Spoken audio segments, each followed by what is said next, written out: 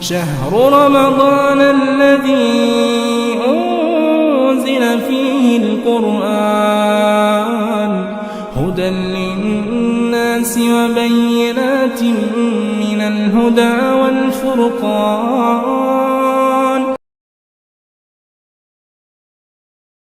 السلام عليكم ورحمة الله وبركاته.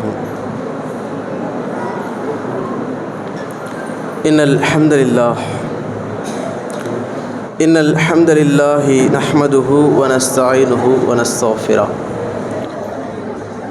ونعوذ بالله من شرور أنفسنا ومن سيئات أعمالنا. من يهدي الله فلا مضل له ومن يضلل فلا هادي له. وأشهد أن لا إله إلا الله وأشهد أن محمدا عبده ورسوله. أما بعد. يا أيها الناس اتقوا ربكم الذي خلقكم من نفس واحدة وخلق منها زوجها وبث منهما رجالا كثيرا ونساء واتقوا الله الذي تساءلون به والأرحام إن الله كان عليكم رقيبا.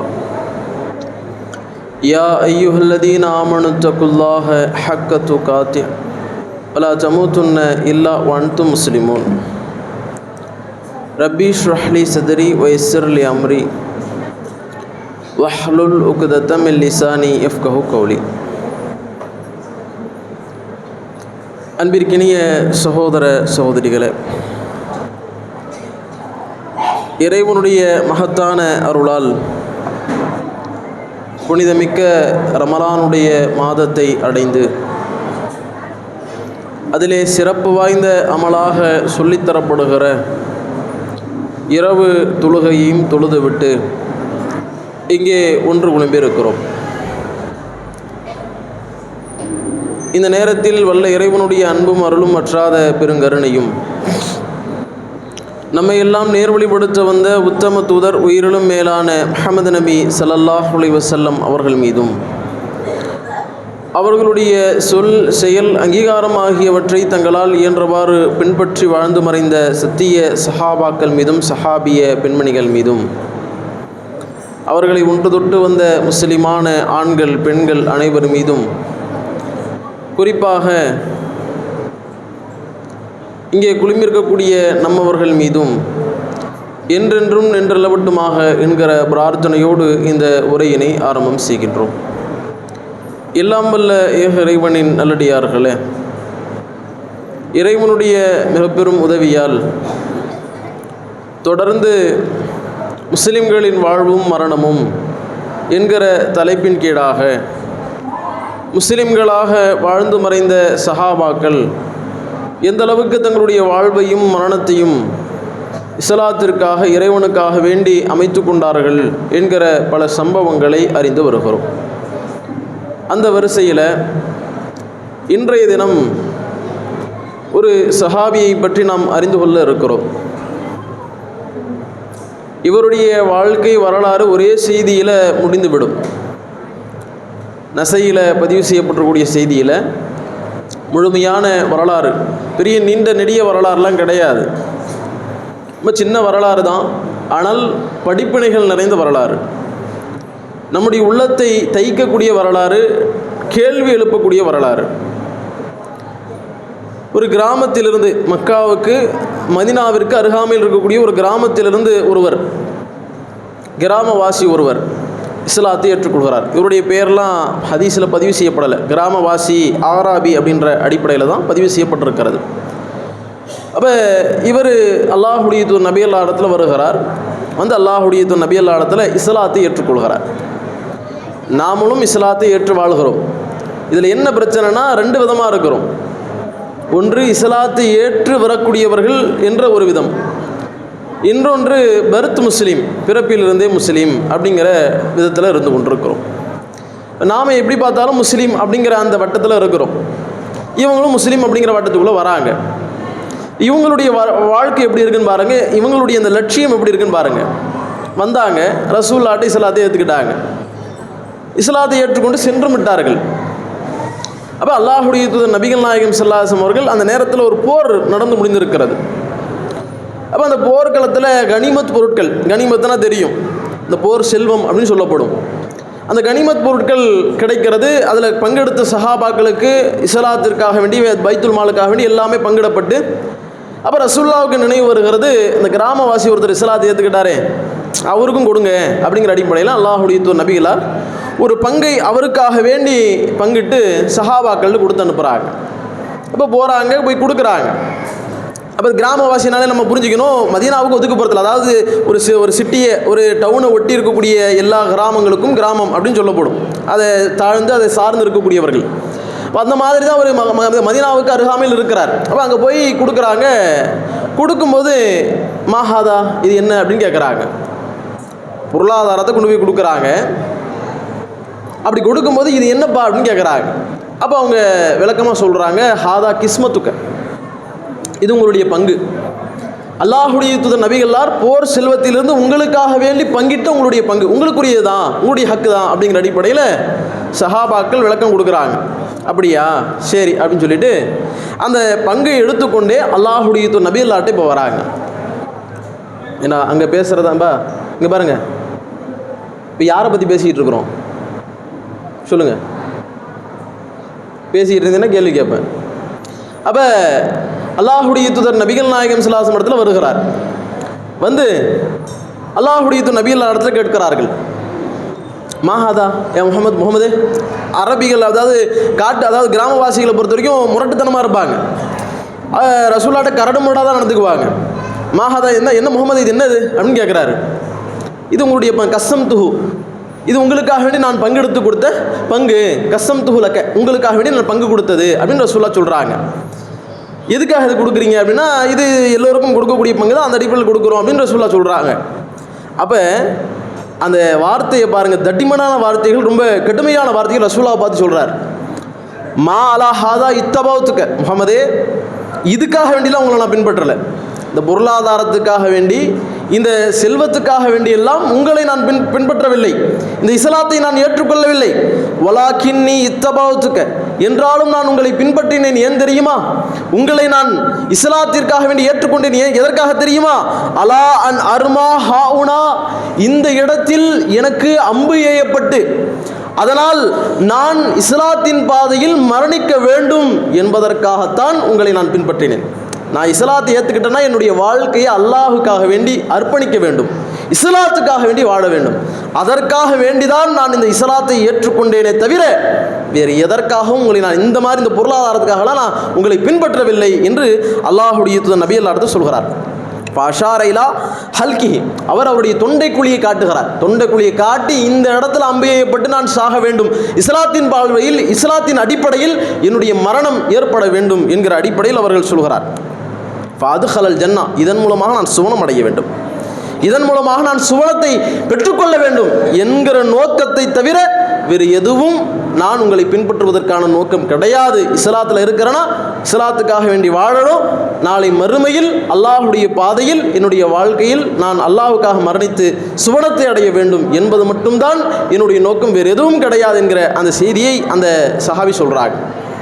இப்படி சொன்ன உடனே அல்லாஹுடைய நபியல்லார் என்ன சொல்கிறாங்கன்னா, இன் தஸ்துக்கில்லா, நீங்கள் அல்லாஹுவை உண்மைப்படுத்தினால், நீங்கள் சொல்கிற வார்த்தையில் உண்மையாக இருந்துக்கிறீங்கன்னா, அல்லாஹுக்காக வேண்டியே நீங்கள் வாழ்ந்தீர்கள் என்றால், அல்லாஹுவை நீங்கள் உண்மைப்படுத்தினீர்கள் என்றால் யஸ்துக்குல்லா, அல்லாஹும் உங்களை உண்மைப்படுத்தி விடுவான் அப்படிங்கிற வார்த்தையை ரசூலா சொல்லிட்டு முடிச்சிடுறாங்க. இப்போ சிறிது காலத்துக்கு பிறகு ஒரு போர்க்களம் நடைபெறுகிறது. ஒரு போர்க்களம் போக போகிறாங்க. அப்போ அந்த போர்க்களத்துக்காக வேண்டி இந்த கிராமவாசியும் கலந்து கொள்கிறார். கலந்து கொண்டு அல்லாஹுடைய தூதர் நபிகள் நாயகம் ஸல்லல்லாஹு அலைஹி வஸல்லம் அந்த போர்க்களம் எல்லாமே முடிந்து விடுகிறது. அந்த போர்க்களம் முடிந்ததற்கு பிறகு அல்லாஹுடைய தூதர் நபிகளார் அந்த போர்க்களத்தில் பார்க்குறாங்க, இந்த அன்றைக்கு அல்லாஹுடைய தூதர் நபிகளாரத்தில் இந்த சொல்லிட்டு போனாரே அந்த சஹாபி, அவர் எப்படி சொல்லப்பட்டாரோ அதே விதத்தில் அவர் கொல்லப்பட்டிருக்கிறார். ரசூலுல்லாஹ் கேட்குறாங்க, ஹுவ அன்றைக்கு நம்மிடத்தில் சொல்லிட்டு போனாரே, அன்றைக்கி நம்மள்ட்ட நான் இந்த பொருளாதாரத்துக்காக வேண்டி உங்களை பின்பற்றவில்லை, என்னுடைய உயிர் தொண்டை குழியிலே மம்பு ஏயப்பட்டு நான் அதன் மூலமாக மரணித்து சுவனத்தை அடைய வேண்டும், இதற்காகத்தான் உங்களை பின்பற்றுகிறேன் என்று சொல்லிவிட்டு சென்றாரே, அவர் இவர்தானா அப்படின்னு ரசூலுல்லாஹ் கேட்குறாங்க. நாம் ஆமாம் இவர் தான் அவர் அப்படின்னு சஹாபாக்களும் சொல்கிறார்கள். அப்போ அல்லாஹுடைய தூதர் நபிகள் நாயகம் ஸல்லல்லாஹு அலைஹி வஸல்லம் அவர்கள் சதக்கல்லாஹ் வசதக்கஹு, இவரை அல்லாஹ்வை உண்மைப்படுத்தி விட்டார், அல்லாஹும் இவரை உண்மைப்படுத்தி விட்டான். இவர் உண்மையாகவே இஸ்லாத்தை ஏற்றுக்கொண்டார், இஸ்லாத்துக்காக வேண்டி வாழ்ந்தார், இஸ்லாமிய அடிப்படையில் இவர் இஸ்லாத்திற்காக வேண்டி மரணித்திருக்கிறார், இவருடைய வாழ்க்கையையும் இவருடைய மரணத்தையும் அல்லாஹுக்காக வேண்டி அமைத்துக் கொண்டிருந்திருக்கிறார் என்கிற அடிப்படையில் அல்லாஹுடைய தூதர் நபிகளார் சொல்லிவிட்டு அல்லாஹுடைய தூதர் நபிகளார் கையேந்துகிறார்கள். அல்லாஹும்ம இன்ன ஹாதல் அப்துக், இந்த உன்னுடைய அடியார் இருக்கிறாரே, ஹரஜ முஹாஜிரன் ஃபி சபீலிக், உன்னுடைய பாதையில் ஜிஹாது செய்தவராக அல்லாஹுடைய பாதையில் புறப்பட்டு உன்னுடைய பாதையில் புறப்பட்டு வந்திருக்கிறார். ஃபகுத்தில ஷஹீதன், அல்லாஹுடைய பாதையில் ஷஹீதாக்கப்பட்டிருக்கிறார், அல்லாஹுடைய பாதையில் கொல்லப்பட்டிருக்கிறார். அன ஷஹீதுன் அலைஹி, இவர் அல்லாஹுடைய பாதையில் கொல்லப்பட்டார் என்பதற்கு நான் சாட்சியாக இருக்கிறேன், நான் நாளை மறுமையில் இதற்காக சாட்சி கூறுவேன் என்கிற அடிப்படையில் அல்லாஹுடைய தூதர் நபிகள் நாயகம் ஸல்லல்லாஹு அலைஹி வஸல்லம் சொல்றாங்க. யோசிச்சு பாருங்க, எந்த மாதிரியான ஒரு வாழ்க்கையை வாழ்ந்திருக்கிறாங்க. அல்லாஹ் சொல்கிறானே, மினல் முஃமினீன ரிஜால், மூமின்களில் சில பேர் இருக்கிறார்கள், மனிதர்கள் இருக்கிறார்கள், சதகூம ஆஹதல்லாஹு அலைஹி, அவர்கள் அல்லாஹ்விடத்தில் எடுத்துக்கொண்டு உடன்படிக்கையை நிறைவேற்றக்கூடியவர்களாக இருக்கிறார்கள். ஏற்கனவே இந்த சம்பவத்தை நம்ம பார்த்தோம். அனஸ் பின் நலர் அவருடைய தொடர்பான செய்தியில இந்த வசனத்தை சஹாபாக்கள் நினைவு கூர்ந்தார்கள். அதே போல இந்த சஹாபி வாழ்ந்திருக்கிறார். வாழ்ந்தது இஸ்லாத்திற்கு வந்து குறுகிய காலம் என்றாலும் அவருடைய வாழ்க்கை இஸ்லாத்திற்காக வேண்டி இருந்திருக்கிறது, அல்லாஹ்விற்காக வேண்டி இருந்திருக்கிறது. இஸ்லாத்திலேயே இன்னைக்கு பொருளாதாரம் அப்படிங்கிற அந்த நிலை வந்து விட்டால் எல்லோரும் திசை மாறி விடுகிறோம். பொருளாதாரம் என்கிற நிலை வந்து விட்டால் பல்வேறு விதமான வணக்க வழிபாடுகள் திரையிடப்படுகிறது, நாம் அதை மறந்து விடுகிறோம். சர்வ சாதாரணமாக நம்முடைய வாழ்க்கை இந்த உலகத்திற்காக வேண்டி அமைத்துக் கொள்கிறோம். அந்த பொருளாதாரம் கண்களுக்கு முன்பாக கொண்டு வந்து காட்டப்படுகிறது, அவருக்கு ஹலாலான முறையில் கொடுக்கப்படுகிறது, அவர் அதை அனுபவிப்பதில் எந்த விதமான குற்றமும் இல்லை. என்றாலும் கூட அதை எனக்கு இதற்காக வேண்டி நான் இஸ்லாத்தை ஏற்றுக்கொள்ளவில்லை, நான் இஸ்லாத்தை ஏற்றுக்கொண்டது என்னுடைய லட்சியம், என்னுடைய வாழ்வு அல்லாஹுக்காக வேண்டி இருக்க வேண்டும், என்னுடைய மரணம் வரை நான் அதை கடைபிடிக்க வேண்டும், நான் அல்லாஹுடைய பாதையில் கொல்லப்பட வேண்டும் என்கிற அடிப்படையில் இருந்திருக்கிறது என்றால் யோசித்து பாருங்கள், நம்முடைய வாழ்க்கை எப்படி இருக்கிறது. நாம் இந்த லட்சியத்தில் இந்த மாதிரி எந்த அளவுக்கு இருக்கிறோம், சுவனத்தை அடைய வேண்டும் என்று ஒவ்வொருவரும் ஆசைப்படுகிறோமே, என்ன செஞ்சிருக்கிறோம், சுவனத்திற்காக வேண்டி என்ன முற்படுத்தி இருக்கிறோம், சுவனத்தை அடைந்து கொள்வதற்காக வேண்டி நம்முடைய நற்காரியங்கள் என்று எதை நாம் சொல்ல போகிறோம், யோசித்து பார்க்க வேண்டும். சஹாபாக்கள் அதையே லட்சியமாக கொண்டார்கள். அதில் எது நமக்கு சுவனத்தை ஈஸியாக இலகுவானவர்கள் பெற்றுத்தருமோ அதை முதன்மையானதாக அவர்கள் ஆக்கி கொண்டார்கள். அதையே லட்சியமாக கொண்டு ஒவ்வொரு கட்டத்திலும் செயல்பட்டார்கள் அப்படிங்கிற வரலாறுகளை பார்க்கிறோம். எந்த அளவுக்கு என்றால், பத்ரு போர்க்களம், அல்லாஹுடைய தூதர் நபிகளார் அந்த போர்க்களத்தை திடீரென்று அந்த போர்க்களத்தை சந்திக்க வேண்டிய சூழல் ஏற்படுகிறது. அல்லாஹுடைய தூதர் நபிகளார் எல்லாமே அந்த நேரத்தில் யாரும் அவசரப்படாதீங்க, நான் சொல்கிற வரைக்கும் நீங்கள் யாரும் அவசரப்படக்கூடாது அப்படின்னு அல்லாஹுடைய தூதர் நபிகளார் எல்லா சஹாபாக்களையும் தன்னுடைய கட்டுப்பாட்டுக்குள்ளே வச்சிருக்கிறாங்க. அப்போ எதிரிகள் முஷ்ரிக்கீன்கள் முன்னிலையில் வருகிறார்கள், போர்க்களம் துவங்க ஆரம்பிக்கிறது. அல்லாஹுடைய தூதர் நபிகளார் சொல்கிறார்கள், வஸாரிஉ இலா மக்ஃபிரத்தின் மின் ரப்பிக்கும், உங்களுடைய இறைவனிடத்திலிருந்து உள்ள மன்னிப்பின் பக்கமும், வஜன்னத்தின் அர்துஹஸ் ஸமாவாத்தி வல் அர்த், வானம் பூமி எல்லாவற்றையும் உள்ளடக்கக்கூடிய அந்த சுவனத்தின் பக்கமும் விரைகள் என்று அல்லாஹுடைய தூதர் நபிகளார் அறிவிப்பை கொடுக்கிறார்கள். அல்லாஹுடைய வசனத்தை சொல்லி சஹாபாக்களுக்கு மத்தியிலே அவர்களை தெம்பூட்டுகிறார்கள், அவர்களுக்கு உத்வேகத்தை அளிக்கிறார்கள். நாளை மறுமையில் அல்லாஹுடைய பாதையில் நீங்கள் கொல்லப்பட்டால் உங்களுக்கு சுவனம் இருக்கிறது அப்படிங்கிற செய்தியை ரசூலுல்லாஹ் சொல்றாங்க. சுவனம் என்பது சாதாரணமானது கிடையாது, வானம் பூமி எல்லாவற்றையும் உள்ளடக்கக்கூடியது. இந்த அற்பமான உலகம் அது தேவையற்றது, நாளை மறுமைதான் அப்படிங்கிற அந்த வார்த்தைகளை அல்லாஹுடைய நபிகளார் இறைவனுடைய வார்த்தைகளை சொல்லி சஹாபாக்களை அந்த போர்க்களத்தில் இறங்குமாறு ரசூலுல்லாஹ் உத்வேகமூட்டுகிறார்கள். அப்படி சொல்லக்கூடிய சமயத்தில் அந்த நேரத்தில் உமைர் பின் அல் ஹுமாம் அல் அன்சாரி ரதியல்லாஹு அவர்கள் ரசூலுல்லாஹ்ட்ட கேட்குறாங்க, சுவனம் வானம் பூமி அளவுக்கு பெருசா, அவ்வளோ பெருசா அப்படின்னு கேட்குறாங்க. என்னப்பா அப்படி கேட்குறா? ஆமாம், அந்த அளவுக்கு பெரியதுதான் என்று சொல்லும் பொழுது அல்லாஹுடைய தூதரே, அதன் மீது உள்ள ஆவலின் தான் இப்படி நான் கேட்குறேன் அப்படின்னு சொல்லி அந்த சஹாபி சொல்கிறார்கள். நிச்சயமாக அந்த சுவனம் எனக்கு கிடைக்குமா, அல்லாஹுடைய பாதையில் நான் போனால் எனக்கு அது கிடைக்குமான்னு கேட்கிறாங்க. கண்டிப்பாக நீங்களும் அந்த சுவனவாசிகளில் ஒருவர் தான் என்று அல்லாஹுடைய தூதர் நபிகளார் சொல்லிக்கொண்டே இருக்கிறார்கள். அவர் அவருடைய அம்புக்கூட்டிலிருந்து சில பேரித்தம்பளங்களை எடுக்கிறார், சாப்பிட ஆரம்பிக்கிறார். சாப்பிட்டுக்கிட்டே இருக்கிறாங்க, யோசிக்கிறாங்க, ஏன் இந்த சாப்பிட்ற நேரத்தை நம்ம வீணாக்கணும், அல்லாஹ்வுடைய பாதையில் சுவனம் கிடைக்கும் என்றால் இந்த நொடி பொழுதை ஏன் நான் இந்த உலக வாழ்க்கைக்காக வேண்டி அற்பமான இந்த பேரிச்சம்பளத்துக்காக வேண்டி கொடுக்கணும் அப்படிங்கிற அடிப்படையில் பேரிச்சம்பளங்களை தூக்கி எறிந்துவிட்டு அல்லாஹ்வுடைய பாதையில் இறங்குகிறார்கள். அவர்கள் அந்த பாதையில் அல்லாஹ்வுடைய பாதையில் கொல்லப்படுகிறார்கள்.